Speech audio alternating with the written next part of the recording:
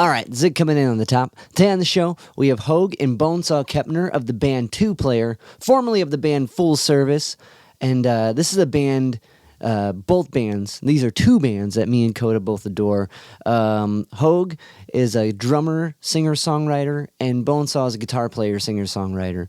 The brothers are both relentless, talented musicians based out of Austin. Hoag also runs a recording studio called The Dream, which I highly recommend. Hoag does all the mastering work for Coda and I's band. Our band's called Sea Level, letter C dash. Coda was supposed to join me on this intro, but we put this in the can to save it for a part 2. We're hoping to get a part 2. If you don't know, Full Service was a reggae rock, alternative rock band with like a metal twist. They did everything, and like in my opinion, it was one of the most innovative bands in a lot of ways that bands never even think to get innovative in. One example of which being their Takeover tour. And there's a really cool documentary on Vimeo of said tour. But in 2008, the summer of 2008, Full Service embarked on the Takeover tour, in which they followed the band 311 around, playing in the parking lots of the venues that 311 was playing at. And spoilers, eventually they get to the main stage. How they get there, you guys got to watch the doc and check it out, or listen to our conversation. But before Full Service, I've never heard of a band embarking on a tour like that. And it's one of the many innovative things they've done throughout their career. Now, Hoag and Bonesaw are doing a project called Two Player. They have a new album out. It's called Power Plant. It's available on all streaming platforms. A few things before we get to our conversation. Coda and I's band, Sea Level, letter C dash. We are a high-energy funk-punk reggae rock group based out of Cleveland, Ohio. We take acoustic 12-stringed instruments and run them through Marshall amps. We have a couple gigs coming up, one of which is at the West Side Bowl in Youngstown, Ohio, July 14th with the Bumping Uglies. We're opening for the Bumping Uglies. Joining us on that bill is Joint Operation. Also, August 17th, we are playing at the Rock Hall in Cleveland, Ohio with Mellow Man Funk. So if you are in the Ohio area, we would be honored if you would join us at one of those gigs. During this conversation, there's some wild things that happened. There was a power outage. Hoag and Bonesaw's house just lost power. So there's a couple bumps and turns and a couple sonic issues that differ between the beginning and the end of the conversation due to switching to different medias to carry on the conversation. So, it's a ride. And you guys might have heard throughout some past episodes, I've mentioned the 2% principle, which I learned from these guys, from Hoag and Bonesaw on tour with State Radio. Hoag and Bonesaw have been a huge inspiration for myself and for Coda, and you're going to hear us gush out and fan and geek out a little bit. But before that, if you guys can like, rate, review, subscribe to the podcast on any of the podcast platforms, it helps me keep talking to cool guests like Hoag and Bonesaw and sharing their insights with you. And without further ado, here is Coda and I's conversation with Hoag and Bonesaw. Yeah, no, sorry, I was like, I'm Dave. Let's do it again. Is confusing. Here we go. So who are you? We got Coda, Dave. I'm Bonesaw, Hoag. There we go. And we will strictly call you Bone and Hoag to not get confused with the two Daves. Oh, that's good. Right, yeah. Not many, yeah. But Not yeah. many people know my true name. Anyway, go ahead. True. We'll keep it wrapped up. So starting off, I just wanted to ask, like, what does the Philadelphia Phillies mean to your band? Oh, I'll go, Bonesaw, and then I'll pick up where you leave off. I mean, it goes quite deep if you know our family and how we got to where we are. I mean, our baseball was like the thing our family cohesion was built on, basically, both playing it together and then our weird third brother, who's just like the sports writer savant, who was, his name's Tyler Kepner. He's had this incredible affinity for baseball and sports writing since he was a small child. So, we followed his career. He's a sports writer for the New York Times. He's had a couple of successful books out. And baseball is just sort of how we weaved a lot of our relationships together, I guess.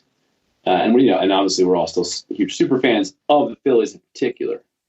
So, our family group chats are pretty much all about the Phillies and whatnot. Yeah, big Phil's fans. I'll put it this way. Bonesaw has a flying V that's like maroon. Yep. It's basically Phillies, like 80s Phillies red.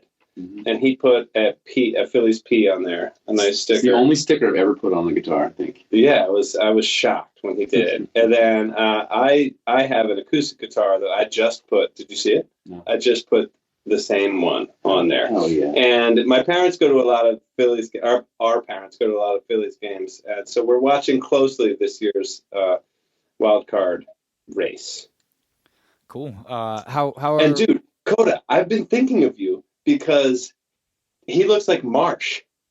Yeah, on the Phillies right now. Look him. I'll pull it up. But you look every time I watch a Phillies game, which is like Current Phillies center 5 times a week. I think of you because you look just like this dude. Cool. Anyway, You have a potential now. Really quick, how are Mom and Dad doing?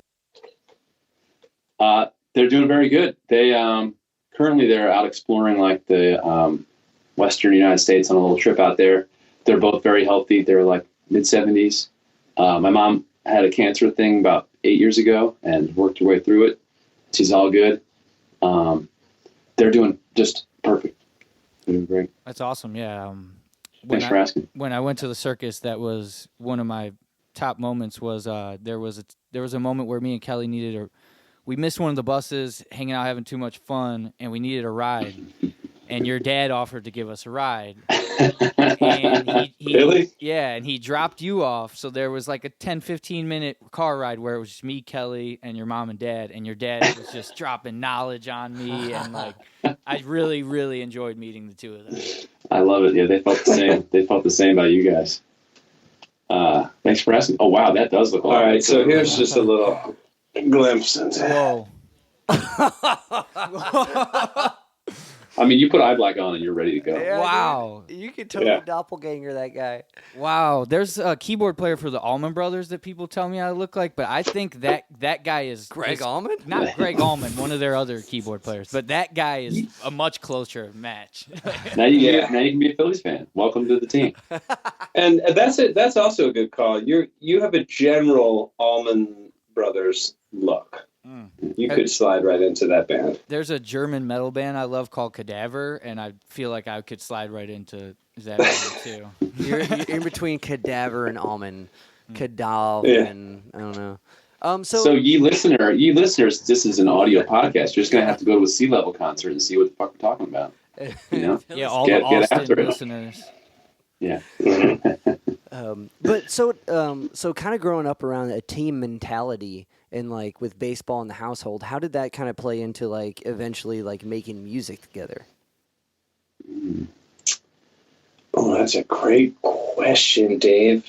I would say that Bonesaw and I were not on that many teams together, but we grew up with a healthy appreciation for competition. And I mean, certainly being a part of a team, I mean, being in a band and being a part of a team, they're closely aligned. But I think more the spirit of competition informed our music relationship, because we sort of tacitly agree. It's never discussed, but we always sort of try to live up to the other's skill level. Okay. Yeah. And we don't let each other get away with any bullshit creativity-wise. And so you have to come correct. Yeah, you really got to come ready. I would have said the same thing. The competitive spirit would be what I would say, both between each other and also towards like other bands or like other, just and the overall just kind of drive to like have a career in music. The same kind of like, us versus the world mentality. The same as being on a good team, to win. Yeah. And Smell was in Full Service, now we're 2-player, but in Full Service, Smell was the third head of this monster. And he also kind of had that us against the world mentality. wish he could be here, but he lives 30 minutes away, and he also has a new baby, like Coda and Bonesaw. His is like brand new. Like, yeah. I did. I saw that too recently. Yeah. So now it's the competition with the babies. I get it. I see it. Yeah. they're gonna sign him up for soccer in the same league and keep track of who. I mean, in full service, it got to the point where we had to stop after many years of competing against each other every day, playing soccer, basketball. We pretty much had to stop because of the competition got to be such that we couldn't play together anymore. Well, yeah, here's a couple examples. So, and other bands who used to play with us also refused to play with us because, mostly because of smell. But definitely because of smell. Absolutely because of smell. But the most unsportsmanlike award goes to Bonesaw because we used to precede every jam with a backyard soccer match. And we have you've been to the yard, so it's a small yard, but you can play 2-on-2. We set up some benches and we play, then we jam. And one time Bonesaw, Smell had a clear goal. Like it was a breakaway steal, and he was going to the goal, and Bonesaw comes up behind him, sweeps his leg, and fucking breaks his leg. Oh my In God. the process. Wow. Yeah. Yeah, I can't believe that we recovered from that. That was like, I've never done anything so unspirited in my life before or after. Dude, in a weird way, I think I think Smell respected it. I'm horrified. I'm horrified by that story, and I can't believe it happened. I was like always proud of myself and still do on being a really spirited player. And I remember doing it. I was just like, fuck it, fuck him. And it was so terrible. Out and he stupid, meaningless game. And ruined the jam. No one even watching or anything. Just us. Oh no, yeah. But Smell was a real, and if he listens to this, which I know he will, he'll be okay with this because he knows he was the worst. He had a really bad temper, and there came a time where the dudes in Badfish would play soccer with us occasionally, mostly Joel, the bass player. And there came a point where Joel was like, I'm not going to play with you guys anymore. Like, it's too crazy. Like, Smell is kind of out of control. I'm like, I don't really need this in my life. Yeah, man, we're in the weeds. But yeah, true story. Well, they asked about competition. I think it's right on. But that's the point because, like, musically or, like, when you're in a creative outlet of any sort and working as a team, there either establishes that kind of, like, role of, there's the Bob Dylan in the group and we're the band, or there's, like, equal partners within making everything happen. And, like, to keep that going and, like, as efficiently and, like, looking at your discography, it's like, there's so much stuff. So that had to be there. That idea of like always trying to get better and keep coming up with stuff, like getting ready to talk with you, going through all the stuff. I was like, holy shit. Like this is relentless in the best way. prolific. Nice. Prolific. Coda with the callback. Thanks. Yeah, it definitely plays into all of that. And also just the survival, I think, with full service, and also just us continuing to play together. Learning how to compete against each other and with each other helps a lot in mitigating, jam room stuff. It's not the jam room and the music is not the only place where we intersect. Right. And I think and socially as well. Like I've always thought that having that sort of sports outlet together helps us out. I mean, now he and I play a lot of Ultimate Frisbee together against each other and on the same teams, and that's continuing that tradition.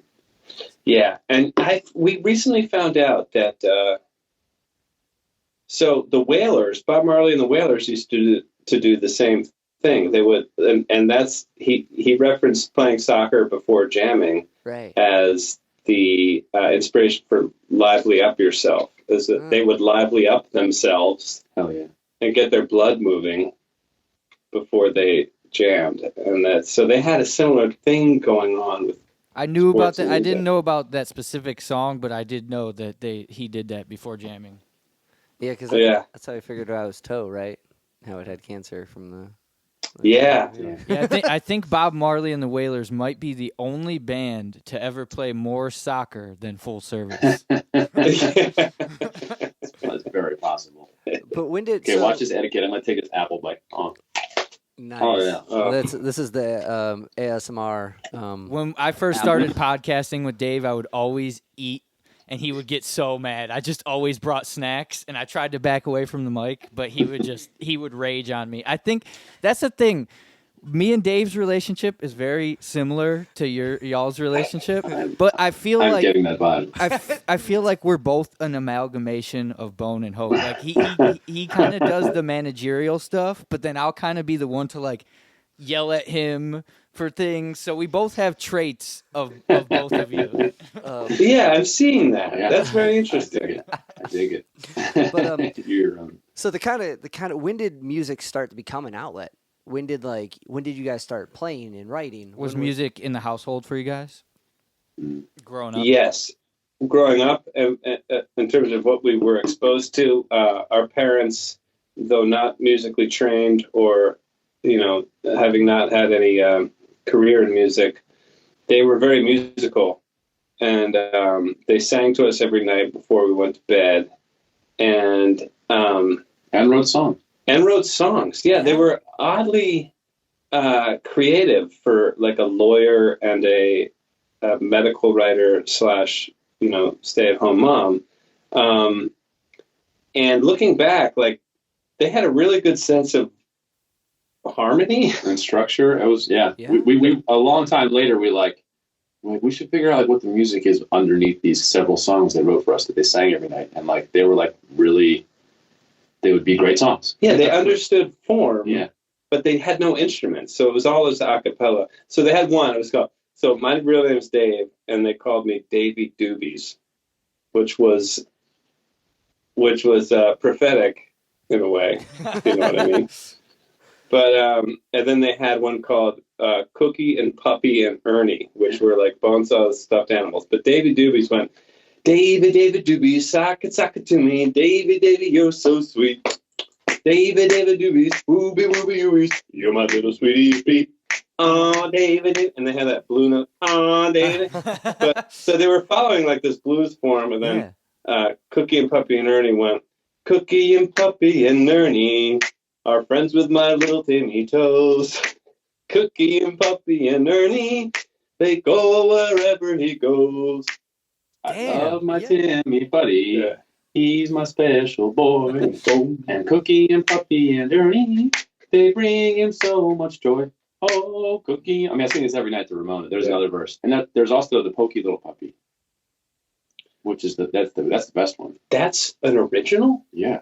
What the fuck, dude? You didn't know that was original? Yeah, and that one goes like this. The pokey little puppy, he wouldn't go to bed. Sleep. The pokey little puppy, he wouldn't count sheep. The pokey little puppy, he wouldn't. Such a sleepy head, but the pokey little puppy just wouldn't go to bed. Pokey, pokey, pokey little puppy. Pokey, pokey, pokey puppy dog. Pokey little puppy dog. Pokey little puppy dog. Pokey little puppy dog. The pokey dog. Wow. Yeah, it's incredible memory that you guys can remember that. Oh, I mean, I sing it every night to Mo. Yeah. The last song I sing every night. But she can sing it now. Yeah? That's amazing. Yeah. I was curious with Ramona. Has she ever met Ramona that the song was written about? What is the relationship there? Dude, she was here yesterday. Yeah. Whoa. So that's Ramona Gonzalez. She lives down the street still. She's a sophomore in high school. And, we named her after that, Ramona, and the song. And stayed close to them all. She did the artwork for Carousel?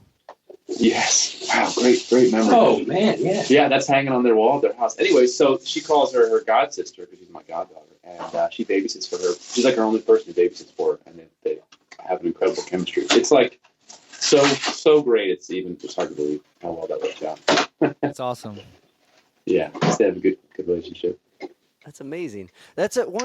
You're right that those songs you guys just sang were very like musically like well thought out. Like way better than the songs that I've wrote for Freya and as a songwriter. So who knows? That's Dad Saw and Mom Saw. I think Mom Saw wrote Pokey Puppy. I was gonna say I was getting more Mom Saw vibes. So anyway, jumping back in. That was our music. That was amazing. Yeah, that was Like- great. Yeah. So jumping from there, when did you guys start playing instruments, and what instruments did you guys start on? It's a good story for Bonesaw.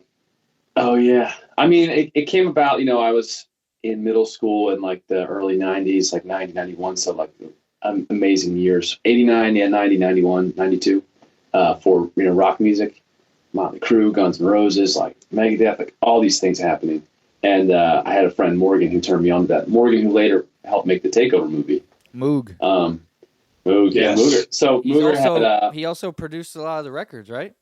he did several of them. Yeah. The other still wants you. So he was the first one to get a guitar in 6th grade, and he let me borrow it one time, and I thought it was awesome. Played it for a while, and then I had a big floor-to-ceiling mirror in my bedroom. And it's a true story, I swear. And I was, 7th grade or whatever, 6th grade, whatever. I was pretending to be rock out in my room in front of this giant mirror, and my mom walked in, and I was like so embarrassed. I said, "Oh, it's just because I want to play guitar."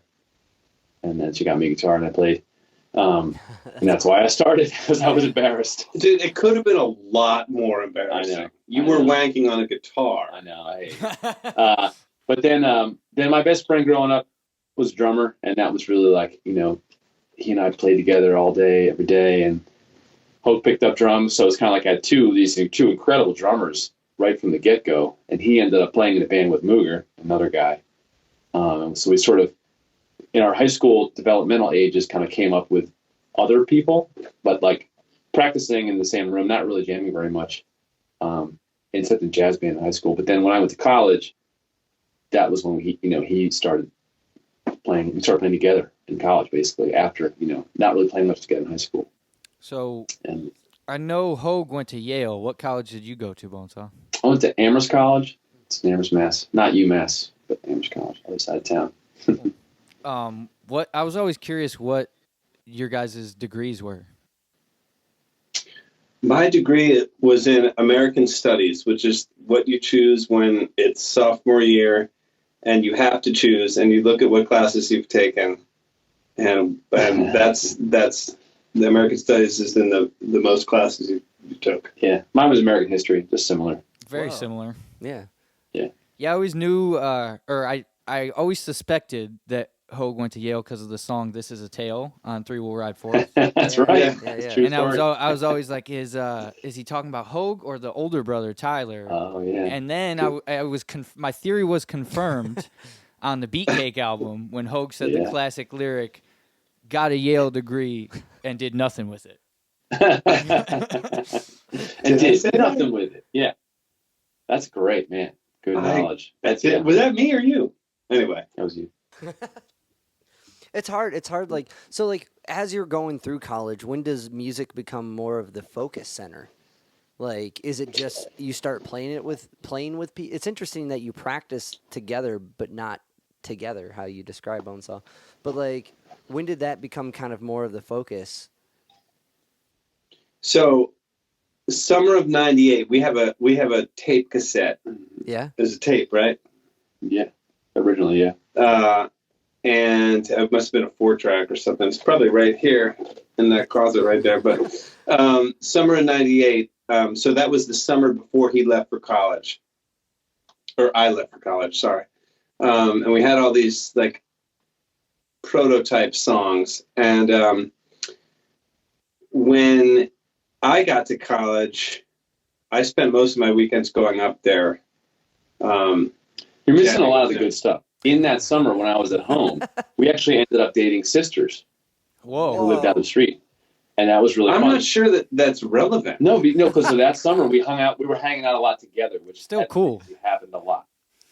You We know, hung out together our whole fucking life. I know, but like we didn't like. I don't know what we were doing. In my opinion, we were doing more things, and we were dating these sisters. It was kind of exciting, and we jammed. We intentionally started jamming a lot more that summer when I was at home, and that was when we wrote these songs that became that album. That actually there's a good tie-in. Okay, why don't you just talk? Sorry, back to you, man. No, so we hadn't been, because we were in separate bands in high school, we hadn't been playing all that much, but he's right. That summer where we dated sisters, So I hold guess on. that brought us closer together. How do you meet the sisters Yeah, individually? which one of you started dating Yes. the sister first? Good question. Was it a Let's back up. mutual timing? So It was like the day I kissed the one sister, and then the next day he kissed the other sister. Ba-boom. yeah, I don't know how it developed, but it was a good time, and it was my first true love. There you go. I still remember the smell of the hand sanitizer that she used. That's so weird, dude. So do I. And like Whoa. I can recall it, and it fills me with those that teenage euphoria. Yeah. Right. Dude, we're so off topic now. Yeah. Totally. Okay. So anyway, we had this tape that we made some material summer of '98. He went to college. I went to college. I did not have a social life at college because every weekend I would go up and jam in his basement. And then at my college, I discovered underground at Yale, there's these tunnels, and it's like, picture like, there's like steam pipes and shit, and it's like not a real place to walk, but you can get everywhere with these tunnels. They go all like through campus, but it's grimy. And I went downstairs into that basement, and I found a room. It was soundproofed, and it was the perfect size to put a drum set, and nothing was in there. And it smelled horrible, like mildew. And I went to the dean, and I was like, what's going on with this room? And they're like, nothing. Do you want the key? And I was like, yes, I do. Sick. So they gave me a key, and that became our Yale jam room. Mm-hmm. So there was an Amherst and a Yale jam room. And That was awesome. There's no way that shit flies anymore. Go to the dean, like, yo, can I use this like random ass room? Like, yeah, here's the key. yeah. For sure. There's no way. Anyway, that's when we really started playing together. The notable thing about that is that group of songs never got released. Yeah, Ever. I And it would was pay always our much favorites. to hear it. Well, that's what we put out as our most recent Oh album, yeah, that's finally. right. Yeah, that's right. That's what Power Plant is those songs reimagined now. But not that much change, just the vocals basically. And the guitar solos. That's awesome because that album is a jammer. Like It slaps. We were just talking about that. Ballpoint Pen has a really, really cool bass line on it. There you go. Ballpoint. Oh, Yeah. I mean, that's because it's from '98, and that was like really discovering kick-ass music. I love Power What's Plant happening too. there? The title track gave me like GNR vibes. Yeah, man. Yeah, big time. There's a lot of GNR in that whole album. I So would say. when you're learning guitar, I know Slash is your dude. What is one like? Because Slash has so much within his playing. Like I remember for the first time really hearing Slash, right? The cardboard cutout in the Those back. Oh, yeah, there he is. Oh, that Right there. right. And like I heard him jamming with the Band of Gypsies, and I'm like, whoa. This isn't just a cool guy in a hat playing like, he's the real deal. That video for me, like that performance locked Slash.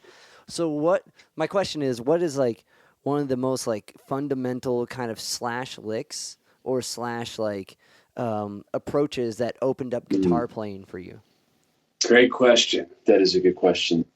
It might be a bit of a surprise. One, like from the soloing perspective, that was sort of what I always wanted to do. A lot of I had VCR tapes of his concerts, and I would try slow-mo the ones that they would have close-ups on his hands, and just see like he didn't play his pinky very much. I don't know, and like figuring out like if that was the way I wanted to play. I tried to like make my hands look like his.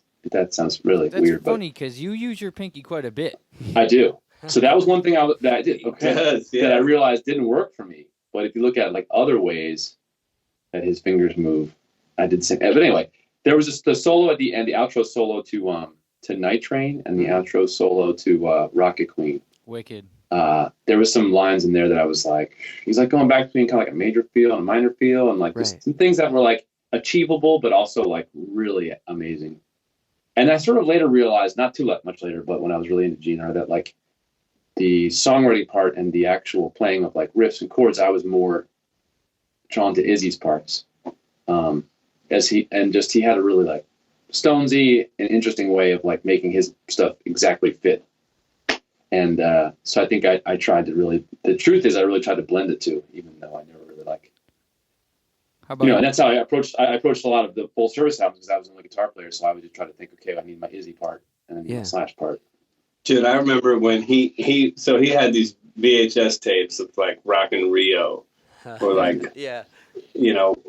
whatever performance, Paris. Yeah.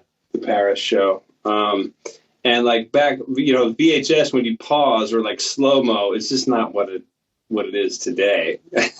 So he gets to this crucial part. I remember finding him downstairs and he was like trying to figure out this part, but it was just blurry and grainy on the pause, and he just couldn't fucking get. I never got it. What he was doing. I never got it. Anyway. How about you, Hoag? Was there a Axl moment? I know you're a big Axl guy. I love Axl. I think he's a once in a, not even like generational. I think he's a once in like a humanity, like existence of Earth talent. But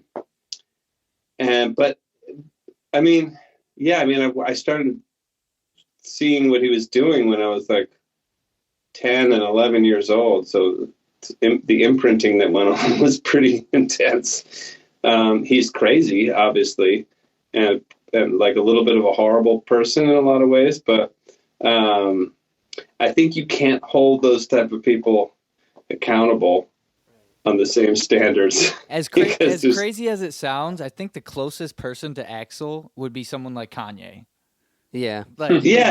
It's weird to say, but like similar things where they have that genius quality, but that crazy quality that just has to like bounce off of each other. Yeah, I mean, he's a force of nature, and he there's a great story that Bonesaw told me that he wouldn't rehearse with GNR because he was like, it's too much. Like, it doesn't make sense for me to do what I need to do in a rehearsal setting. It's inappropriate. like I need to go. That's crazy. I need to go ape shit. And like, so I'll do my thing. I'll be ready for the gig. Not. Yeah, well, he would be late for the gig, but he would whenever he would be ready. He would be late, but he delivered. That's for sure. For sure. Very formative for both of us. That's for sure. Have you guys seen the new Thor movie, Love and Thunder?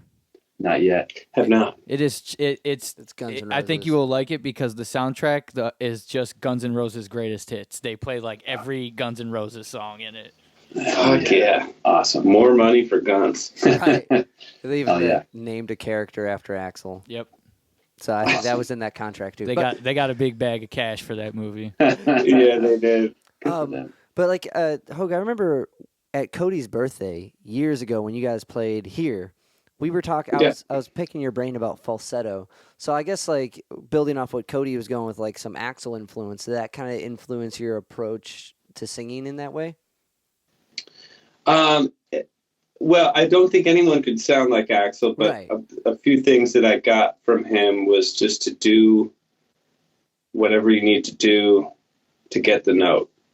So, and he didn't care that, like, he has a very polarizing voice, so Right. you either love him or you hate him. There's not like, he's okay.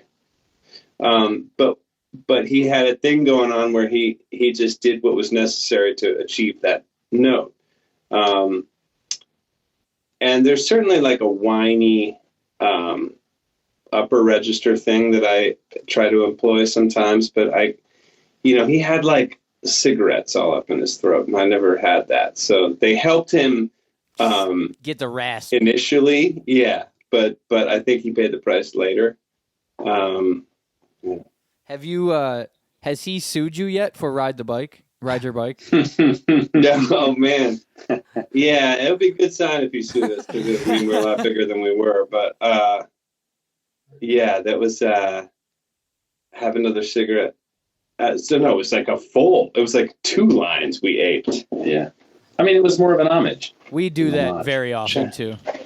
Well, you know what they say is that tip of the hat. Yeah, it's to the hat. yeah, if you steal, it's better than imitating.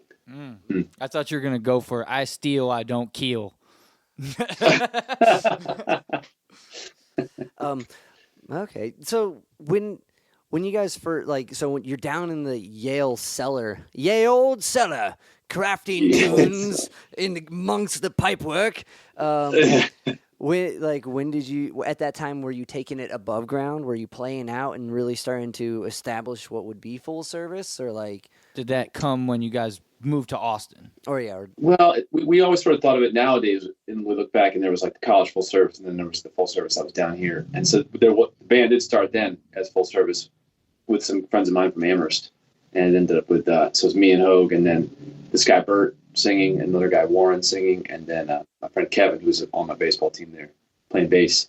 And we played a lot. Played parties. We played a couple shows, in town, and like we played a few played the Yale Battle of the Bands a couple times, and we did like college stuff. We won that shit we too. Did win that. I think it's the only time we entered a contest. Yeah, we've never done a musical contest. The only closest thing is Rome. And Rome from Sublime with Rome has a podcast, and I stumbled upon it recently, and they do a thing where they play tracks on it, and I thought that it was just that they just played your track, so we sent it in, not realizing it was like a competition, and we got completely annihilated in the competition, and I was like, see, this is why we never did any of that shit. Yeah, I love you guys. I fucking love you guys. Yeah. We had a policy after that forever that we would never do competition. Yeah. He established that same policy because I didn't know it was a competition. I just sent it in, and I sent in He sent in the dumbest song to send in for a musical. It was like a 10-minute instrumental, not anything what we sound like. Good for you. You trolled them a little bit. They dug it, though. They were like, Rome said nice stuff. They were complimenting him. And then, that's cool. And then it got to the vote-offs, and they're like, yeah, sorry, Dave. He said it like that. Oh, that's cool. I see you were discussed. Right. That's neat. Yeah. But anyway, so jumping. Wait, that reminds me of there's a 311 song in their later years. People who are listening to this will be like, I'm going to turn this off because it's talking about 311. Fuck you. 311's cool. Yeah, they have some stuff going on, whatever. But agreed. Anyway, they have a lyric that says, "We only enter in one contest," and it's. We only enter in one contest that we made up ourselves, and it's to be the 311ist. It's very cheesy, but isn't that a nice sentiment? Right. Totally. Well, if anything, that's what all healthy competition should be, to be the best you. And if you can surround yourself by people that inspire that, that's even better. Right. Yeah. That's Bruce Lee-isms. But Ooh. Yeah, do you guys dig Bruce Lee? I haven't No opinion. Probably. I mean, probably. Yes, probably. It's a good answer. I haven't really looked at it. Okay. Let's put a pin in this. I'll call you back in an hour. Just give me death for a little bit, and send. I know that he had one where he fought Wilt Chamberlain. That's pretty cool. No, it was Kareem Abdul-Jabbar. Kareem Abdul-Jabbar. See, I mean, I've only looked at it with the side of my eye, but whatever. Which is it's funny when they fight. He's as tall as his legs. Yeah. No. He kills him, right, in the movie? Right. Yeah. It's he kills Kareem. He doesn't kill him, no. Right? I don't want to spoil it. Yeah, no spoilers. Okay, no spoilers. Yeah. Sorry, this movie came out in 1972. But yeah, totally did. So jumping into full service, when did you guys move to Austin? What was the catalyst to make it Austin? Bonesaw had a friend that he went to college with named Colin Clark, who's recorded a bunch of albums here at Dream, and they're really good. You should check them out. I have. Colin Clark. Yeah, he's a kid. He's got a nice deep voice, that country western style. And he knew that we wanted to go somewhere that was not LA, New York, or Nashville. And he grew up here. So. Appreciate it. Well, all right. Yeah, jumping back in. I don't know. Do you want to preface for the listeners what just happened? I'll edit it so we'll put a big boom in, and it'll recreate what happened. Dave, I'll put that in there. That's awesome. What is that sound? It's, I don't know, sample bite from the device. Okay. It came with a handful of plugins. Metal as fuck. Anyway, They Lost Power. Power Plant was a great song. We were talking about this beginning of full service moving to Austin, and yeah, I think you guys were. You mentioned The guy, Colin. Colin, yes. Which I listen to his music because of the Dream podcast, where Hoag interviews each person. I listened to each episode, and then I would go and listen to their album afterwards. So I did really check out his music. Hell yeah. That's awesome. Yeah, he's the reason we came down, and it was a different time, so Austin, was not on the map as much as it is now, but it was definitely on the map for music. And that's we came down here together. He drove down. Actually, it was Hoag's birthday. We went and saw 311 August 27th in Philadelphia, and then we drove all the way to Texas the next day and moved me down here. Then he flew home, went to finish his time at Yale, and then came down here himself. And we stuck around ever since. I wanted to drop out because I didn't want to wait 2 years because we knew what we wanted to do. And I asked my parents, can I drop out? And they said, under no circumstances. Well, they said, like, if you do, you'll have that hanging over your head that we did not approve of that. But if you finish, we'll support your endeavors. Yeah. Not like financially, but just like sometimes financially, cosmically, and sometimes financially. Come home from tour, be like, I need like $300-400 to pay rent, please. Oh yeah, talking with Mad Dog, he got it really laid into like coming home from tour. How that I like that part. That was very interesting. I enjoyed that part of your podcast. Love Mad Dog. Oh yeah, the best. So how long after you guys moved to Austin would you say until you recorded Three Will Ride Forth? It took a little while. I mean, I was here about a year by myself. I joined a few bands just to learn the scene. And then I guess Hoag came down in 2003, and that album came out like 2004. So about a year. We played around for about a year. We had a lot of the songs already, and we wrote maybe half of them while we were here. That's cool. And dude, it was that fun. Sort of charging. You're all good as long as we can hear you guys. We're golden. Yeah. And, so yeah, about a year later, and then we pretty much started cranking out albums, just constantly after that. How did you guys meet Sam? He's the guy who plays bass on Three Will Ride Forth, or was he just playing bass with you guys during that time? Can I talk about Tidy for a second? Yeah, of course. Let me just make sure that this is charging. This guy Tidy, we met him. I don't even remember how we met him. Maybe he was a friend of like a girl that Hoag started dating. We went through a couple other bass players. It's a classic story, but he was just he was a college sophomore, really good at music. Love the guy. I just think it's notable. He texted me, like, having not talked to him in like 4 or 5 years, a couple days ago. I didn't even tell you. Huh. He said, I've been rereading The Wheel of Time and listening to Out 311 and really thinking about you guys. Can I come over and hang out? Like, hell yeah, you come over and hang out, Tidy. Lovely. I know. So we really vibed on 311 and The Wheel of Time books. So we found him, and we had some good chemistry for a while. We liked the same kind of music, and it lasted for a little while. But he was really young, and Tidy was funny. He lived with us briefly in this little shack we lived in before we got this house, and like he was a kid basically. He was like 18, 19, and so were we, but we were a little ahead of him, like maturity wise. And I remember he didn't do the dishes for like 2 days in a row when he was supposed to do the dishes. And I really got on him.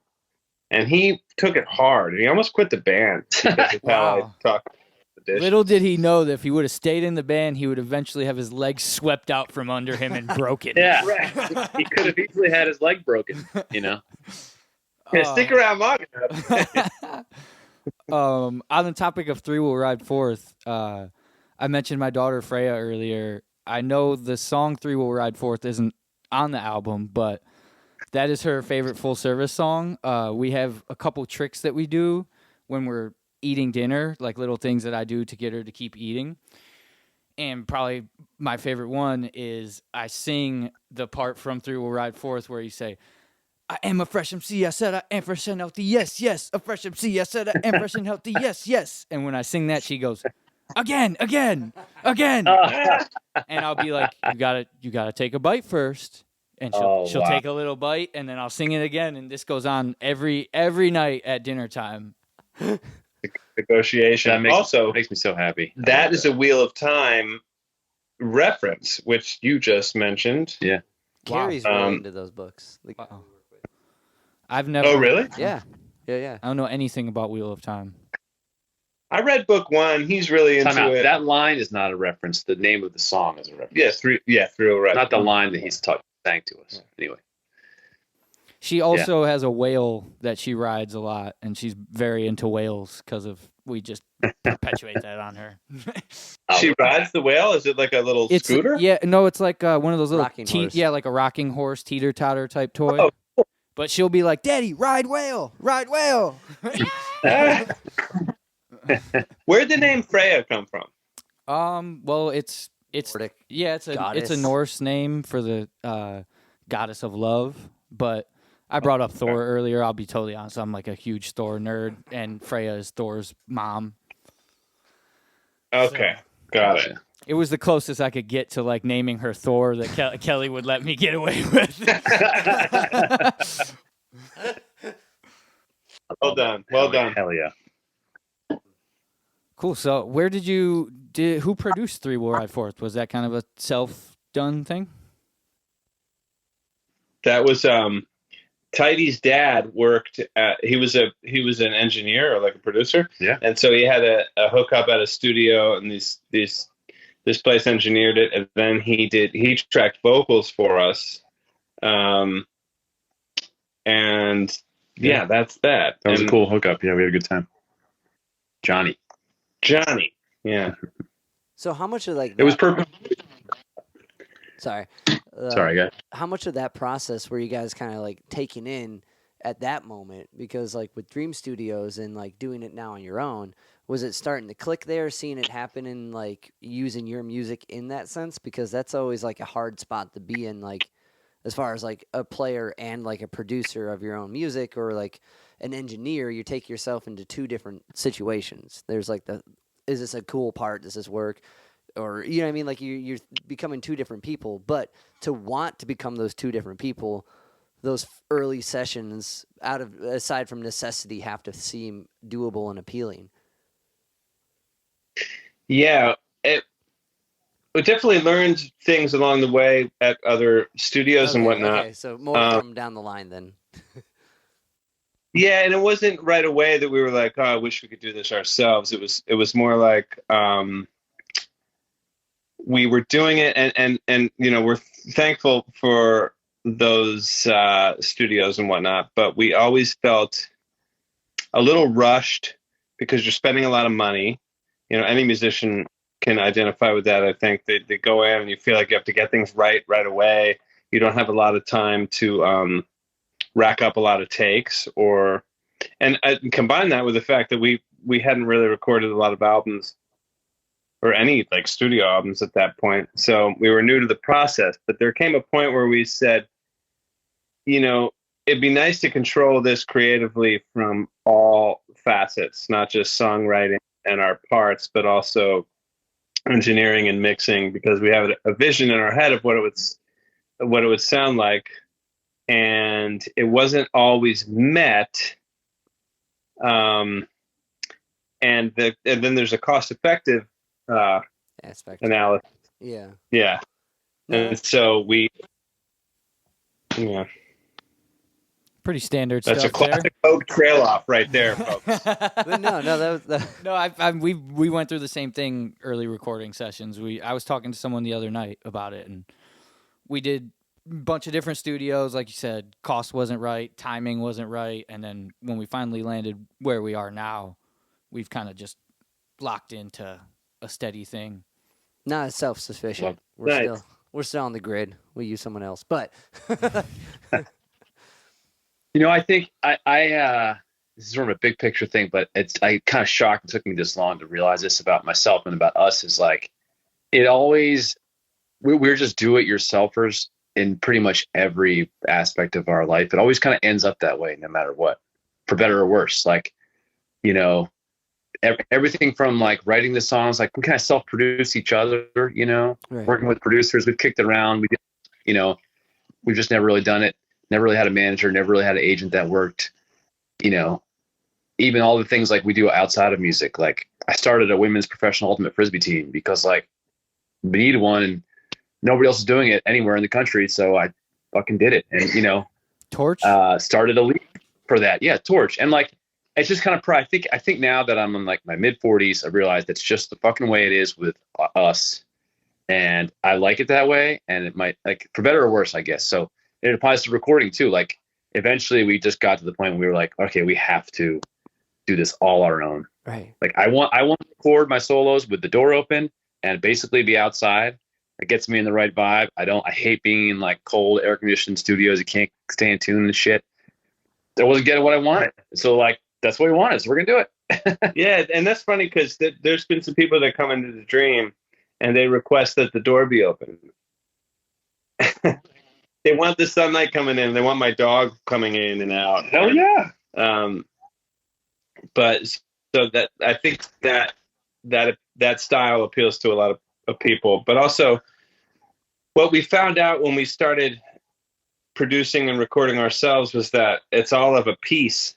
And like knowing how you're going to mix it will inform the thing you play and how you perform, how you record it. So, and it took us a while to figure that out, to learn that it was all related like that. Yeah, that's pretty epic. We want to say thank you to helping us out with mastering our last record. Sure. Yeah. And that meant a lot to Oh, us. yeah, that's great. That's a great album, by the way. Thank you. Thank you. That Well, thank you, man. That means a lot coming from you. What it's interesting, you guys with that, like how you said with everything you do is extremely the DIY ethos, the Discord ethos, the punk rock, do it yourself, find new ways to do it. And me and Cody were talking about that before talking with you guys. It's just even in how you handle things bands do normally. Like that, you were telling me about the whole. You had a fan manage you. We remember when you guys did manager for a month. I did. Oh wow! Not until right now, but yeah, that was fun. Yeah. So Wow. we were just talking about ideas like that. You guys always have these out of the box ideas, and I think that's one of the biggest inspirational things that we've taken from you guys is the DIY. Do it yourself, but come up with a creative, different way of doing things. That whole idea of like just the takeover tour or like any of those. It's like completely. Most people are like, well, you email the guy and you wait till you hear, and then you do the thing. Not much of that aspect is do it yourself, which is what's so cool about what you guys do. Is that mundane like cookie cutter approach most people don't take a creative approach to. You guys did. And like that's super inspiring because that makes that 2% stuff, maybe a little more than 2% in a different way. Nice. Wow. So you want to describe the 2%? You can. Well, the 2% came about. So we all have it tattooed on our inner bicep. I tried to convince Dave to get it tattooed with me yesterday, but we didn't have timing. I thought it would be so sweet if we were like, "What's up, guys?" And That would be awesome. Yeah, and it'll probably only cost like $50, the minimum, because it's so small. Okay, But he's got it. So we were stuck in traffic in Chicago, which always happened because Chicago's horrible with traffic, and we were like, oh God, how much time do we spend with this bullshit, finding hotels and waiting in the traffic and blah, blah, blah, trying to find food. And Smell got out his notebook and we did the math. And 2% of the time, we're actually playing music on stage. The other 98%, it's, a lot of crap. And so the idea is you do it for the 2%. And I think that very weekend, when we did the math, Smell and I went out to, after a show. Was that night? Yeah, we went out and we got the 2% tattoo. And Smell got they had like a reaction. I think, was it his first tattoo maybe? And he like really freaked out and he asked for some tea. I'll never forget it. I need to calm down. Can I get some tea? So they brewed him some tea. And then the next morning we woke up and Smell had slept on his arm where the tattoo was, and he had like a blood stencil of 2% on his cheek. And then like a couple weeks later, Bonesaw and No, I got it. And then Twinkie never got it. Weber got it. Sonny got it. Yeah. That's about it. You mentioned those ideas and stuff. I've always been, proud of those ideas, and I just love coming up with them and like thinking of things that we can do differently. It's almost like almost like an obsession with trying to think about something differently than somebody else is trying to do it. Over the course of our career, I have like a sort of lingering sadness that I feel like a lot of them were a little bit before their time. And then a lot of everything you guys did was before the time. Well, thanks. But then they got us a long way, but they never really crested us to like bigger kind of success that we have always dreamed of yet. And I never really know what to make of that myself. I'm something I just chew on myself personally, when I'm thinking of these kind of things. Like everything from, house concert touring, we were years before that, or like all the things, like the Takeover tour, or like streams. You guys were one of the first people to ever do live streams. I put that on everything. Yeah, good thinking. Yeah, that's right. Those telethons, even just having our own festivals. Lots of bands do that shit now. Yeah, fuck. I see those guys. I tell those guys try, but they're like, I know they took that idea from us, and now theirs is like really big. I mean, who's that? Oh, they had. I forget what it used to be called, Freak Stomp or whatever. And good for them. I mean, yeah, but they, you know they what I'm just saying? did Like it a few weeks ago.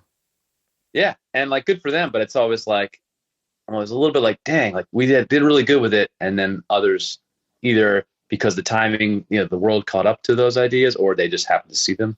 Well, if it makes you feel any better, you could think of it this way: you have paved the road for bands like us in many ways. We've done many live streams, and I feel like I was even ahead of the time slightly with live streams because of you guys. I saw a video. I've been going through your guys' YouTube like crazy. That's how I've done my research. Which, speaking of prolific, your YouTube channel is the definition of prolific. That was like our social media, like like before even that was ahead of its time. I know, making big and promo videos. They weren't even. We didn't even have iPhones. We had remember those like flip cam. Yeah. Yes. Yeah. A USB like sidecar that came out that you would. There's times where you walk up on people and they go, "Oh, you got one of them flip cam video things." Yeah. But there's one where you guys are doing a live stream for Momsaw in the jam room. And I think that might be that was like, I think the date was like 2011 or 10 or something like that. Was one of the oldest I've ever heard of people live streaming music. Funny. Yeah, but that does make me feel a little better, Code. Thanks. Yeah, man. Thanks. And even like with like the Takeover tour, like that's such a like or the 20 tour, or like the you 20 mentioned. Tour. Yeah. But it's the Ramones they paved their way and like everyone caught up, built off those ideas. So the innovators always seem to get, don't get the credit, That's funny you mentioned the Ramones because I was talking to my, I just feel like calling her my wife at this point. She's been my fiance for like 3 years. But we were talking about the Ramones and we were like, the Ramones is one of those bands like the New York Dolls or something where they never crested really. I mean, the Ramones had some hits, but like they're very influential. And she was like, "Who likes the Ramones other than musicians?" And I was like, "I'm not sure." A lot of, I hope a lot of people. Maybe a lot, yeah, maybe a lot. I mean, but that's fair. There are That's those bands like the Meat Puppets or something, where like they do have some hits, but like Nirvana really liked them, and they seem to be really influential to other bands that eventually made it. And I don't know if that's like to some like with the Meat Puppets, is it some degree like this is that sacred album you have to be cool enough to get the recommendation to hear? You know what I mean? Like some of those are like hidden away from the Muggles. You can't handle this. This is too deep. But like usually it's like those people that are that influential fill up the people that want to do it. You know what I mean? Like the Ramones paved the way for so many punk bands, and they would play house shows and just like They would play to other bands that became like the Dead Kennedys and fill in the blank, right? But they never market they never charted really anywhere significant. Their fourth or fifth album they did with one of the Beatles producers or something. No, it was Shangri-La's. One of the Beach Boys producers. Nope. It was that. It'll come back. Either way, they did try to go down that lane, but it still never worked out for them. They did like a poppy album, but they were more impactful because of that. Like the Ramones are sacred in that way, and like that's I guess to build off what you guys are doing, you did that in your way. So like to kind of pick your brain a little bit about the Takeover tour, like how did which for those for our listeners who don't know what a takeover is, can you describe the Takeover and the Takeover tour, or the Takeover tours? Yes. So in general, a takeover is a place where you're not supposed to play, and you bring all the means of production with which to emit sound to that place. So it can be anywhere. We started with like parks in Austin, or even just like street corners. The first one was it was like First Street Bridge under the First Street Bridge in Austin, like incredible memory. It was. Jeez, it was. Yeah, exactly it was a circular, circular ramp, and at the bottom there was power, and we tapped into it. They still don't have power on that bridge because we did that. They still don't turn those on. History. Because after that one, they stopped doing that shit. Yeah, we're ruining times for everyone. So yeah, you set up and play in a spot where you're not supposed to, and we did that for a while, and kind of hot spots around Austin, and then Bonesaw had this idea to bring it to a national scale. Yeah, and we were touring a lot and having a hard time figuring out how to promote and whatnot. So we would do it like we play in Auburn, and then we'd play on the campus at lunchtime, and then go play. I mean, like honestly, it didn't work that much. It didn't actually work very much in those scenarios. Like we had a good time. We would get in trouble. People would see us, but usually it didn't lead to like a lot of people coming to our show that day. One time it led to us playing at the fucking crazy party somebody invited us to play at Arizona State.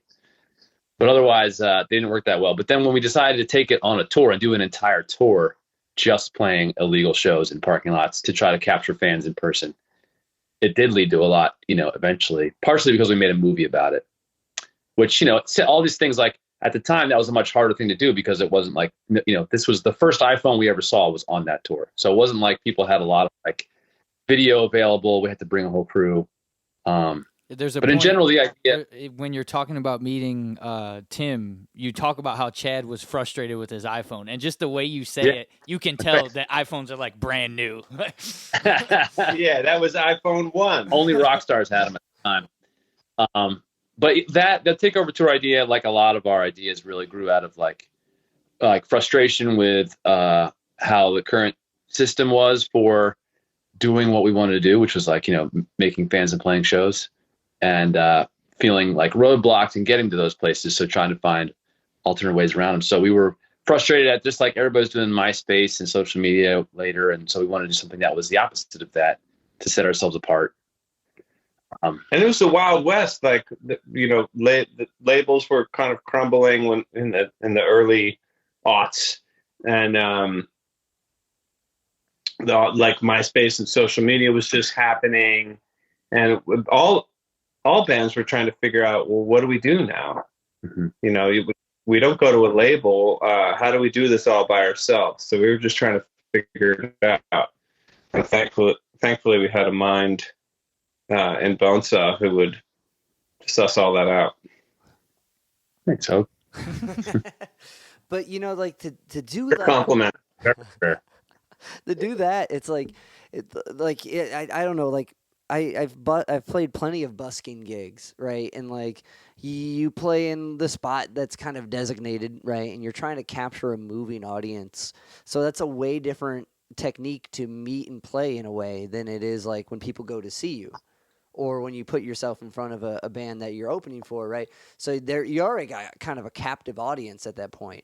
So like to get passersby is like double as hard. So like, and to do like a full production like you guys did for a whole tour in spots you're not supposed to be, you know, it's insane. And the doc, like how it pans out, how it does, So is amazing. epic. One of the most epic docs ever. So after doing, So there's a little bit of history how this came about that I'm just now kind of putting together. When we were teenagers, we would set up on the street, and this is gonna be the bougiest sounding thing you've ever heard, but in Nantucket, in the 80s and 90s, yeah, in the late 90s, we would set up on the street in Nantucket, and he would have a guitar, an acoustic guitar, and I would have like pots and pans and whatnot, and those little hot rods, those drumsticks that are bundle, and we would play to passersby. And by the way, I love the plural preceding the second noun. Jeez, get there, Hoag. But so anyway, we would play, and we just try to engage these people as best we could. And so that was the earliest version of takeover. Yeah. Now, back then we had to apply for a permit, which we did not care for our later years. We would beg forgiveness rather than permission. But there was one time where when we would get some good dough, you know, like people would drop in like 5s, 10s, 20s. But one time, some motherfucker put in like a 20 or 100, maybe 100, and he said, "This is if you stop playing." whoa, no. And we were like, "Deal." Yeah, you We can't can deny it. Yeah, that's our price. Well, he's downplaying it. We completely stole the idea of doing takeovers. We've never done a tour, but we have done many takeovers. Awesome. There's a venue, the most success we've had with one, you guys played there, Nelson Ledges. Yeah. We're playing there in 2 weeks. We made it to the stage. We though. have had success going there. So they have woods there where people camp. And what we do was we wait until the headlining bands are over, and we go in the woods, and we have a specific campsite we always set up at, and we have a guy who does a really big fire, and we'll get like almost the whole crowd back there sometimes. And that was like that's been really great takeover spot, you know. That's a great spot. It can't get much better than that. Yeah, that's really smart. So y'all got a slot this year? Yeah. Yeah, we're playing at a magic festival in 2 weeks. There's going to be a bunch of magicians and musicians at this festival. Oh, nice.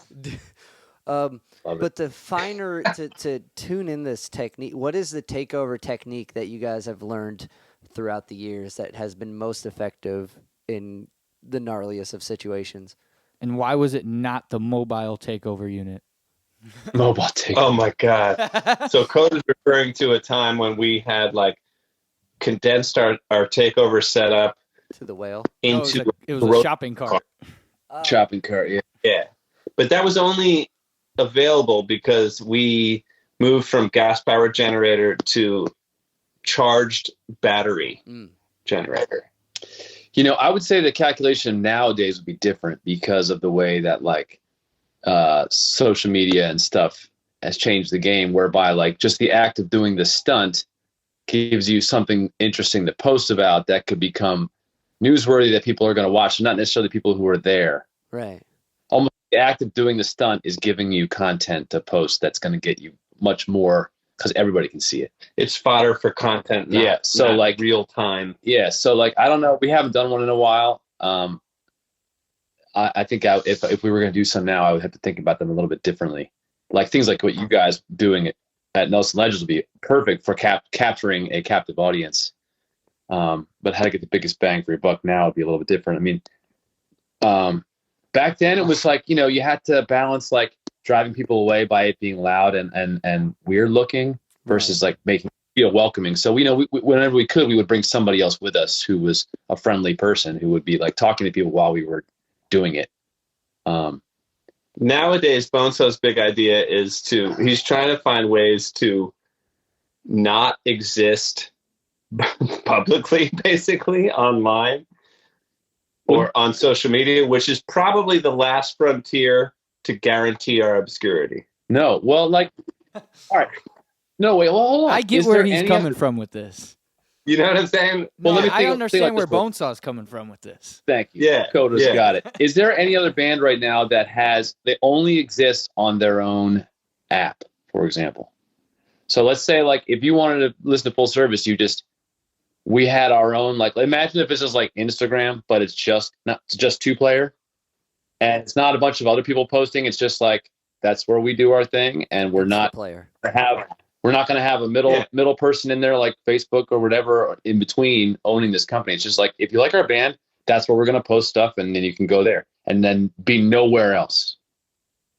I don't think any band's doing that, but I mean, we could do that if we could just make the app, and then it's like on our terms.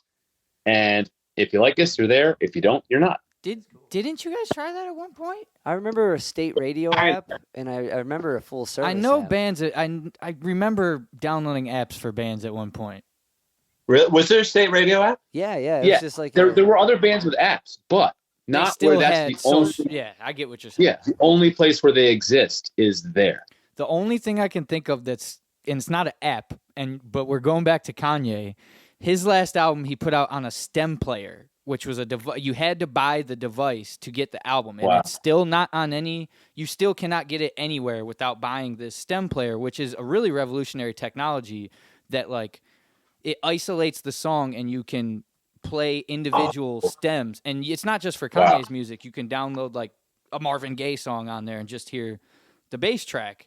But that's the only way you can hear his new record. That is really cool. So it sounds like you're a Kanye enthusiast. Is that something we should be paying attention to? I think that's definitely something you can pick up about. I'm Coda. just a general nerd about all things.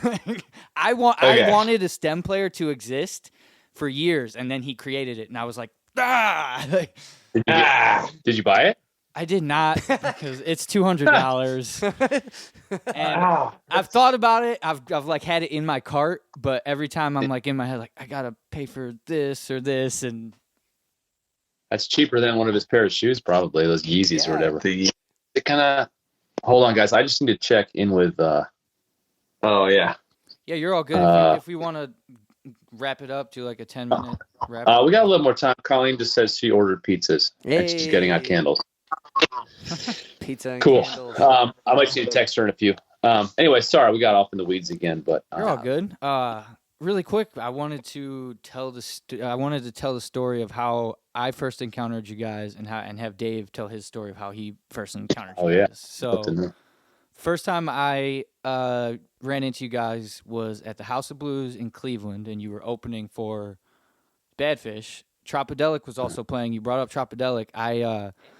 I tried to be their bass player, but I was only 15, and they told me that I was too young. And you didn't have enough grits. I didn't have gear at all. I lied to them and told them I had a bass and a bass amp.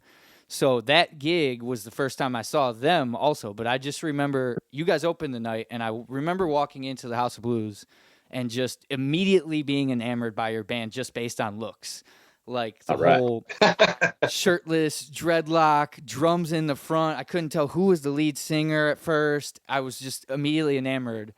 And then Bonesaw gets this surfboard out, the full service surfboard. Yeah. And he crowd surfed on the surfboard. And that was the moment where I was like, this is my favorite band now. Yes. And then after the show, I didn't talk to any of you guys except for Bonesaw. I remember I came up to Bonesaw and was like, hey, man, great set. And he gave me a really hard slap on the back and said, thanks, and handed me public service announcement, the demo of public service announcement. And that, to this day, is my favorite CD you guys have. I went through 3 copies of that. Like, you know, when you play a CD too much, it doesn't play anymore. I had to go to a 3rd copy of public service announcement. Oh man, that's fantastic. Oh my goodness.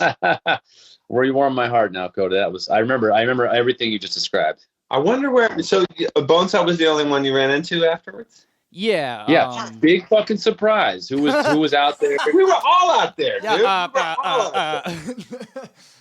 I think I was focused on like seeing Tropodelic and because I wanted to see this band that told me you're too young to be in our band. Yeah. You know. Well, they fucked up, man. They fucked Oh, up. by the way, that's a great move. Just to lie. Just say, yeah, I have all the shit I need. Yeah. And then I figure was it out going to later. use his bass amp and his bass. That was my plan. I lied and told them I had his bass and Boy, his you said bass. you'd be in my band. See, do you want to tell your story, Dave? I don't know now. I met you guys on the state radio tour. I did the Yes. ABT thing with those guys and their nonprofit. And Hey, Power's back on. Power's back on. Beautiful. Yes. And Good.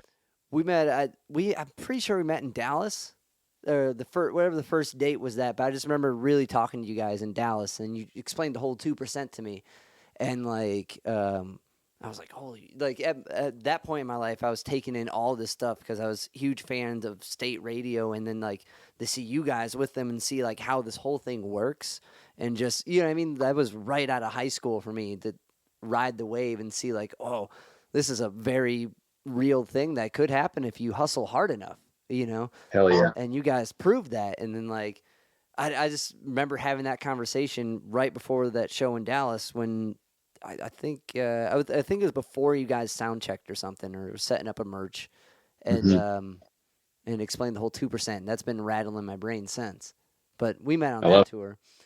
Yeah. I remember seeing, you went to the Austin, you were in the Austin, Yes. you were at the Austin show too, right? Yep. Yeah. And y'all had a toured whole bus. Yeah. It was wild, man. Yeah. We spoke after that show, which was, where was that one? That was at La Zona Rosa. Yeah. Not there anymore. Because I think it was supposed to be at Stubbs, but they couldn't do it that night or something, so they moved it there. Yeah, that's what Chad thanked all you guys for being students who didn't go To school. celebrate spring break in Fort Lauderdale. Fort Lauderdale. Yeah, I remember that. I remember that too. How'd you guys link up with them? Pretty sure it was through Joel from Badfish. Yeah. Made a connection for us, yeah. Because that state radio had opened for them a few times. And then weirdly we had a connection with Chad that like Hoag's, like I'm talking like toddler through 8-year-old best friend, ended up being their manager for a while. Yeah. When he was in, Like my closest bud. but we hadn't talked to, so we had this like really weird old school connection that like also paid off. And then, so, but it was originally through Joel, and then we just hit it off and stay in touch with those guys a lot. They were actually just in Austin. Yeah. And cool, yeah. Not them, but Dispatch, whatever, Yeah. Chad. That's amazing. Yeah, like Yeah, we caught them about a month ago. Nice. and that was to build off other stuff you guys have done, like with your podcast. That inspired me to do this. Which another thing that was ahead of its time. The Yeah. the Mastopod, the Whale Pod. Your guys' podcasts were some of the first podcasts I ever listened to. like that's Thanks. the first time I heard like an in-depth convo with Chad and Peanut and like I don't know, it was badass. Oh yeah, they were Yeah. on the podcast, right? Yeah. Yeah. Did we do one with Chad Stokes? Yeah. We did, right? Yeah. Yeah. Yeah, podcasting is great, isn't it? Yeah, it's awesome. Have you should done get any back to other it. ones except for I know the Whale, I know Mastopod, And the dream. and the Dream. Have you done any other ones? Well, Oh man. Yeah, we've done we have a frisbee podcast. it's not up anymore because we stopped paying the bill. But it was called Sold Out, and it was about the local men's startup pro team. And that's how we met Weber, our bass player for a while. We had pseudonyms. I was Mr. Whammo, Weber's Dr. Flatball, and Hoag was Nice D. And yeah, it was just kind of like a podcast, like kind of poking fun at the Frisbee team or whatever. It was one of the most fun things It's so we've fucking ever fun. done. There's a lot of videos to it as well. If you ever look on YouTube for SOL''D out. And then I had a podcast with my friend from high school, and it was about cheese. And he bought a subscription to like a cheese, like they mail you packages of cheese. And we would taste the cheese, and it was called Curd Your Enthusiasm. Oh my god. And that was a lot of fun. Yeah. Yeah. Anyway. And then we had one about fruit called Trivial Per Fruit. Bonesaw's making Sure. the face that I always make when Dave comes up with foolish ideas. I know that Dave, I can tell that Dave's also a fan of the pun. Yeah. Oh, majorly, yeah. Yeah. Oh, that's awesome. I knew he said Victor Hooten. Oh, that's amazing. That's like so that's probably why I can't. I was trying to find some of those old episodes of the whale pod, and there's only 2 of them on YouTube, I think. Really? Yeah, I couldn't find. Well, yeah. it. We stopped paying the SoundCloud bill, Oh, that would be which it. is fuck. It's like $16 a month. I know. We could always do it again if you want to put it back up there. Or we could pay Anyway. you a small fee to just email us every podcast you've ever done. Oh yeah. Oh, we have them. That's a good call. We have We them have on the audio file files. You somewhere. could just put it All on. Put it on a drive. You got to put it on the app. Oh, Yeah, oh, that's wow. right. Fucking A, yes. So Yes. it comes back. You don't have to- It'll pan out. Damn. See, It'll live on the app. that makes me feel good. Yes, that's where we put our podcast. We don't need any fucking Duh. hosting fees, although the app probably has its own deal going on. Right. Well, and it's figure it a lot of storage, from what I understand, Yeah. to host your own podcast. But anywho, Yeah. No, you just got my mind going again. I could see the gears ticking. Yeah. Yeah. Zoom in on that brain. I was just like, oh, wait. Yeah.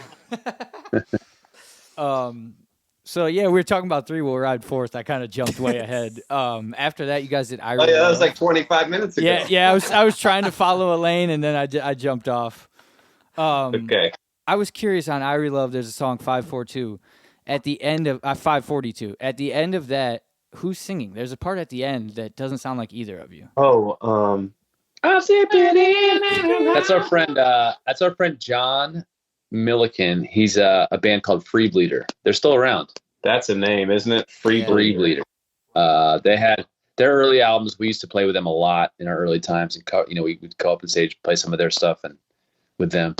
And he recorded that album for us. That's awesome. I've been trying to debate to myself, is that Bonesaw or Hoag? Like, how did they do that? Oh yeah, yeah. That's old John. He was one of the first dudes we met in Austin. He's a great guy. Go text Colleen whatever she's responding to. Here, you guys ask me a question. Ask me the Okay. next question. See how he treats me with just like a. Can go you? do this. No, dude. We're on my phone. We should probably do about maybe 10 more minutes and then maybe do an episode 2 next time. That sounds good. That sounds good. Strictly Bone question. Can you speak on the Jolly Roger flag at all? Yarg. Oh, man. Is it still a part of your setup? No, it's not. I did. I don't remember where it came from. I'm pretty sure I had some flags when I was growing up that were on my ceiling, actually. And I just took it, and I always had it on my amp from the very, very beginning. And then I can't remember when it was, but it was one of our big shows in Austin. And I gifted it to a fan, which became a friend, named Kat Anderson here in town. And gave it to her. And then she brought it back so I could put it on at the circus, I believe. Yeah. And then I gave it back to her. Just a very special fan and friend. We played at her high school graduation and lots of stuff. She used to decorate we did the Christmas shows. She would do all the decorations and stuff. And I don't know, just did it. I don't even remember why I did it. I did it one time in college. Never did it again. I never stopped doing it. Very cool. You brought up Christmas. I wanted to talk about the Christmas album and just say, thank you so much for that. Like, seriously, that's one of my favorite albums by you guys, and definitely my family's favorite Christmas album. Well, I should say Sharon Jones is maybe like the top one, but our top 3 at Christmas every year, we start off with Sharon Jones, Full Service, and then Bootsy Collins. Oh, sick. Nice. That was fun to make. That was one of the several that we did where we each decided to write a few songs for it. What's that one? The Christmas album. And had a really, really great time doing it. It was a fun way to all collaborate because usually it's me and I'm doing the majority of the songwriting, but Sonny wrote 1 or 2, and Smell wrote some great ones on there. Yeah, I have to admit, Smells are my favorite. They're great. Nice. Yeah, he's got Christmas in Austin and Christmas. Actually, he wrote that before we did the album. That was the first one. The one about his granddad. Home for the Holidays. Yeah. I cried when he played that on stage. Yeah, that was nice. Yeah, they're both very heartfelt. We did a Christmas show last year, like a house show and acoustic, and I covered Christmas in Austin, but I changed it to Christmas in Cleveland, and all the parts where Smell sings about no snow, I added to be A lot of snow. Nice. What's Oh yeah, we did a thing, Dave. We did something for a nursing home that you worked at, right? Yeah. So I also do a bunch of nursing home gigs, and like in 2020 when they're all shut down, I made this whole Monster Mamma Jam and asked a bunch of people to contribute a Christmas song, and like made it one giant live stream that I put into one video and gave to all the nursing homes to play on their screens so they had something. But yeah, I forgot about that's right. Yeah, thank you guys. I so much forgot for about that too. Yeah, we were going so far deep, we forgot about what was recent. But yeah, that went over Dave, you're well. like a really good guy, huh? Yeah. What comes from idolizing homies like you? Yeah. And like Chad and Yeah, like all the you real guys deal. have done a lot of benefits too. Your last album was a benefit. The whole album That's right. was a benefit. That's true. Well, did you know we used to play nursing homes as well? That was Yeah. 1 year. That was our service thing. We were like, let's just try to play as many nursing homes as we can. It was hard to get in, but we did about 4 of them. Also, it's hard to tell if they enjoy it. It's just one of my favorite pictures of all time was the front row, and somebody took a picture from behind, and it was all the old ladies in the wheelchairs, and like, they're like the old shoes. Yeah. And it was like front row. It was a great shot, but But we played some nursing homes, and we're like, wow, I think they thought we were like monsters, and they hated it. And the people are like, no, did you see them tapping their foot? like, yeah, tap- If you look, they're like really like slowly tapping. They're doing whole notes, but they got it. You know what I mean? Like, Right. yeah, it's interesting to like read a room like that because the reactions are so like different. Like they're what you're used to of like whoa slamming is really withdrawn, and like it's hard to it's really awkward at first to see if you're even same with kids. You know what I mean? Like it's hard to tell if they really like it. You know, if they're really having it's interesting. There's this middle ground which you get used to playing for, knowing how to address. But those outliers, it puts you right back at the beginning in a way. That's cool that you that you guys did that. It is really. I've always wanted to do a tour where pre-show we would play in a nursing home, like an acoustic gig. Then He's do a never gig at tried to night. pitch this to me. Not yet, but since he's pitching the app, I'm gonna pitch to you like how we actually make money. We play the DIY shows at night and the nursing homes during the day. If they pay That's well. a cool idea.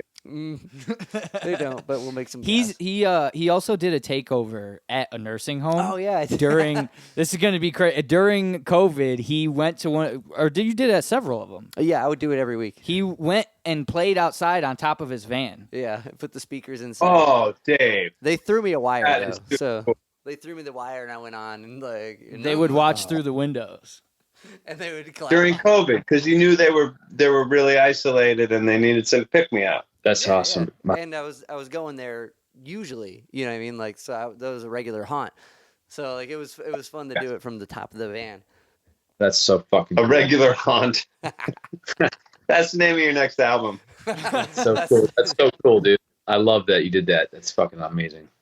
Well, it comes from watching you guys make it possible. You put those ideas in the ether, man. Yeah, seriously. Like I said earlier, you guys laid a lot of groundwork. I've tried not to gush too hard, but you guys are seriously one of, if not the biggest influence on our band. Not just sonically, but even more so from like managerially, how we approach things ethically. We've always used your band as a model to how we approach the 98% as well as the 2%. But We don't have a surfboard. Yeah. Well, that means a lot, man. Yeah, it does. It really, really does. Makes my day, in fact. Yeah. Awesome. Do you have any rapid fire things we can do before, like, because if you guys would be down to do a part 2, I know we got a lot more specific questions on other like more specific albums and like songs. Yeah, hit us within with a those. rapid fire to end this one, and then we'll do it. We'll pick a date for it. Yeah, absolutely down for a continuation. But we love a hot seat rapid Yeah, fire. here we Hot go. seat. Some hot seat, Cody. You got some okay, spicy ones. hot seat. Hoag, you were the first person I've ever heard use the term power fill, and that's one of my favorite terms now. Can you give me like some top power fills off the top of your head? Was that referring to? Help me out. Was that referring to drum fills? Yeah, of Yeah, course. dude. Yeah. Talk. Power fills. What do you think? What do you think he was talking about? Well, filling up a water bottle powerfully. Yeah. Thank you.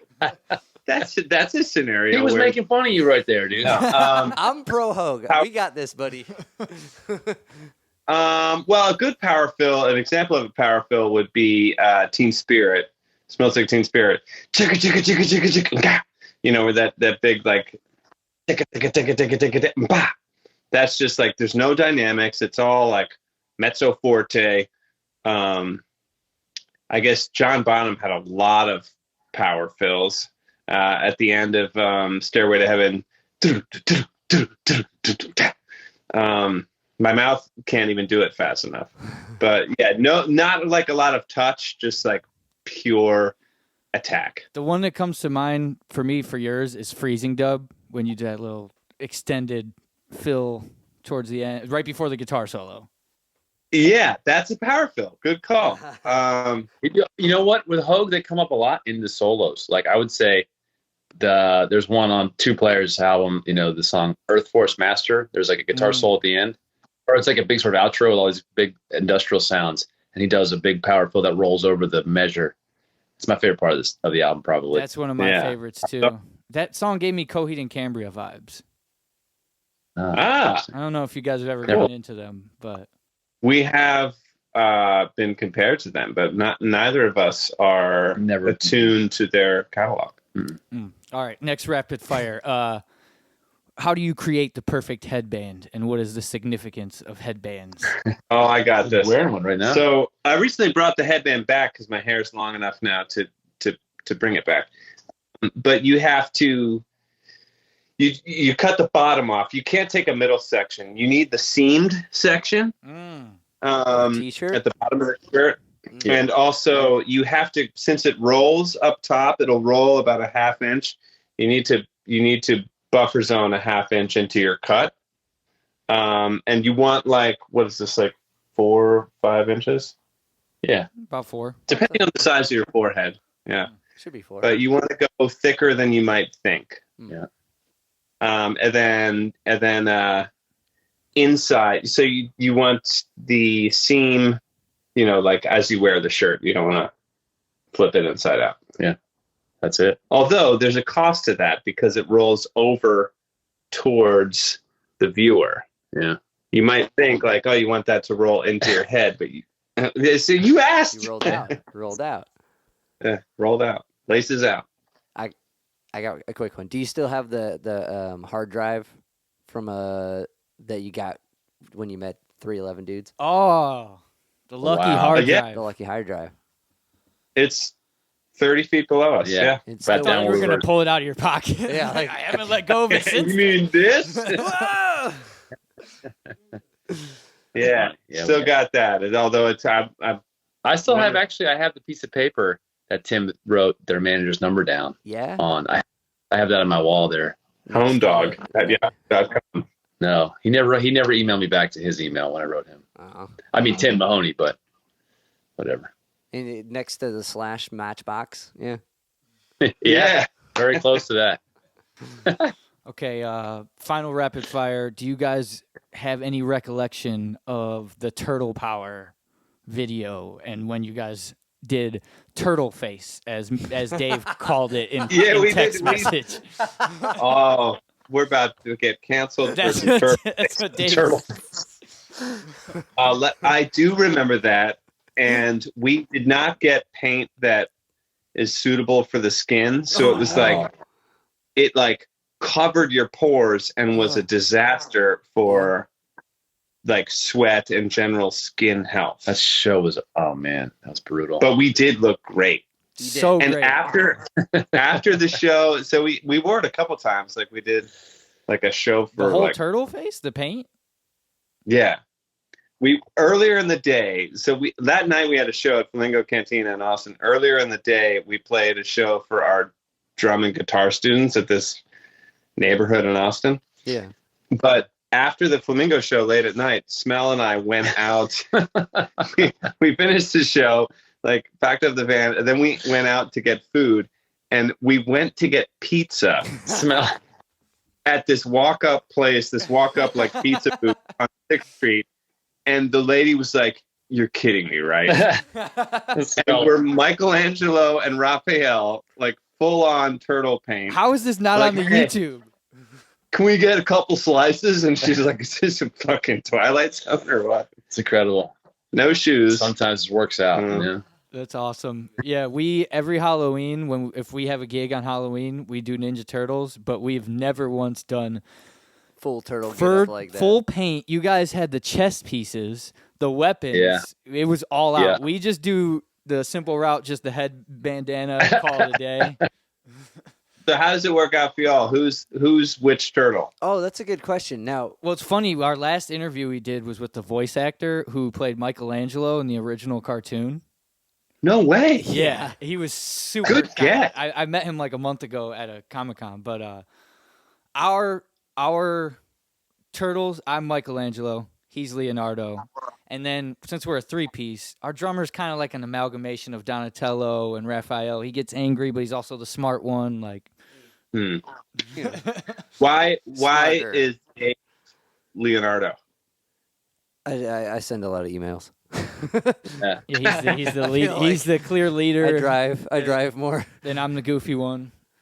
Yeah, I think I can suss out why you're Michelangelo. But another fun one to That do. means you with, don't like, seem like a natural leader. Ouch. Like a combination of red and blue, you know. the A-Team is a fun one also to A-Team's a good one. explore. You know, the identity. Well, why'd you guys go with what you went with? Do you remember? Well, yeah, similar reasons. I mean, smell and pizza. Like he delivered pizzas for like 20 years, and he like only ate pizza, so that was obvious. Michelangelo. I was Raphael because like he was pretty hot-headed and like competitive, and like, you know, that's the way we are. And you were Same, Leonardo because you're like the brains in some ways. And Twink was Donatello because just sort of Gotta be one of them. Well, he's kind of jittery too. Like Donatello's jittery in the same way Twink kind of is. yeah. Twink is jittery. You're That's right. for sure. That's a generous way to put it. Got Oh wow! All right, fellas, I probably got to get going Yeah. now. This is incredibly fun to We chat appreciate with you it guys. so much. Before we let you go, we just want to plug your show on October 8th. Anybody listening that's in Austin or Texas, get a ticket to come see Two Player at HQ on October 8th. Yeah. Thank you for the plug. It's not a whole lot of tickets left, but there's a few. So right on. And if we would love to do it again or do a continuation if you guys want. That would, Absolutely. Just a lot of fun. that would be awesome.